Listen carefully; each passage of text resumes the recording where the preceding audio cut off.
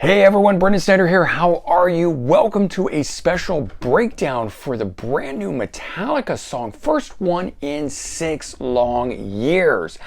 Lux AEterna is the name of the song, and last time they had something out was 2016 for Hardwired to Self-Destruct. We're going to break this whole thing down here and get into it. I know I'm super excited about it. I bet you guys are too, so stick around for that. But if you're new to my channel and you haven't already hit the subscribe button, please click the button. Also leave a comment, hit like. All those things do help. I would appreciate it.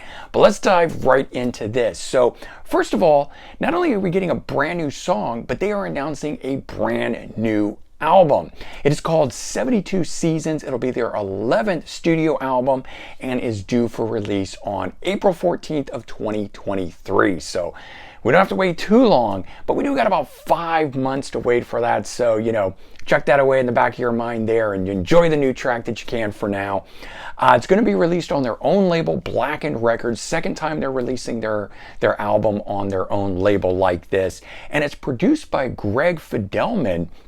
If you're not familiar with him, he did produce the last album, Hardwired to Self-Destruct, from 2016. He's a frequent collaborator of Rick Rubin. I like Rick Rubin a lot, so that's a cool thing right there. Rick Rubin produced Death Magnetic back in 2008, so we got that little bit of connection there. But what I always find really funny and or interesting about Greg is that he's the former lead guitarist for 80s or 90s glam metal band Rhino Bucket. Really cool band, sounded a lot like AC/DC and whatnot.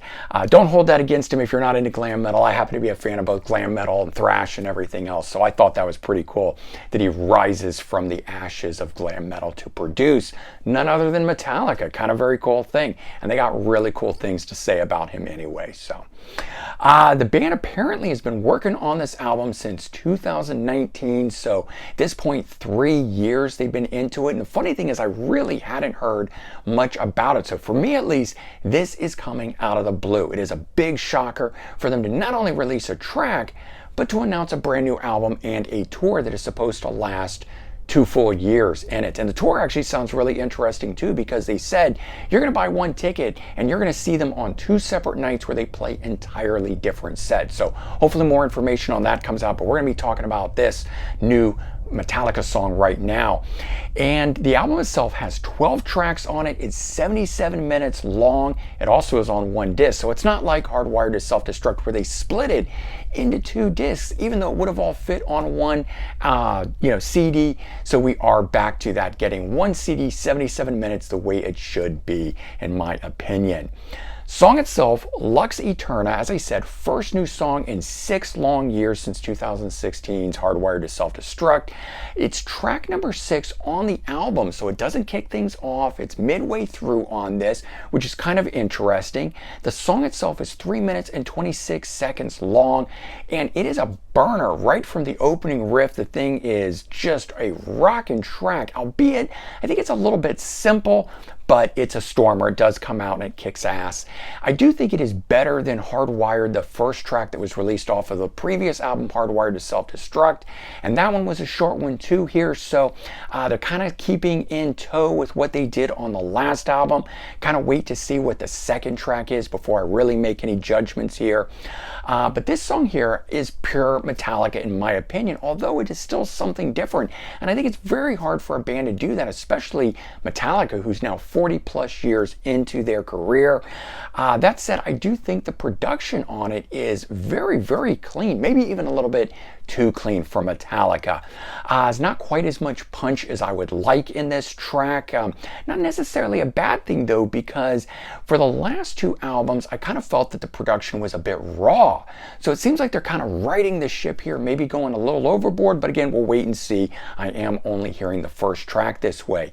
James' vocals sounds really good on this track. They're positioned just right in the mix. It's not too far back. It's not way up front like on the last couple albums. I really feel like this is the right place for where James, his vocals really need to sit within a Metallica song. I kind of felt like on the last album, Hardwired, that his vocals were a bit strained. This one track at least, I don't feel that. Don't know how I'm going to feel about the rest of the album when I hear it, but I am liking his vocals on this here. And you know, that could also just be the production on it that's fixing it. We don't know, because as I said, the production on this sounds really clean. Either way, it does sound good. And, you know, again, that's where this production might be just the right thing for it. Again, we'll have to wait and see how it all, you know, shakes out in the wash in the end. I will say this, I could have gone for more lead guitar work that's on it. As I said, it did come off sounding a bit simple to me. It's still a juggernaut, as I was saying. It is breakneck pace on this thing here, and if nothing else, this track certainly whets my appetite for more Metallica. Knowing that we're getting 12 full tracks, meaning 11 more to get on here, that we're getting 77 minutes, I'm really excited for that. So this 3 minutes and 26 seconds really sets things up nicely. Sorry we have to wait 5 months to get the rest of this here, although they'll probably release another single here or there, but you know, to get the whole album and really digest it. Album art, wanted to show you guys. So this is the album art. I find it to be, you know, kind of strange. Yellow and black with this burned sort of baby crib and instrumentation all around it. I do like that black M up in the corner instead of it saying Metallica or anything like that on it. But the yellow and black on here really just reminds me of Striper, and I don't know if that's a good thing on here.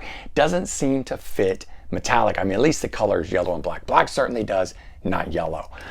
So it seems a little bit strange. It doesn't quite come off as ominous as I think maybe they were intending it to be.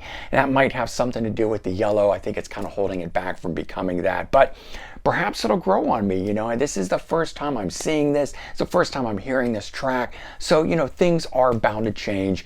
But I did want to give you guys my initial impression on the track, the idea about this album called 72 Seasons, the artwork, everything on it. I mean, this thing just dropped. It just hit. We just got this announced a short time ago. I mean, literally within the last couple hours. So here I am trying to give you guys my first impression. I probably listened to the track now about 6 times all the way through, and I am enjoying it. So go out, check it out. It is currently streaming on all platforms.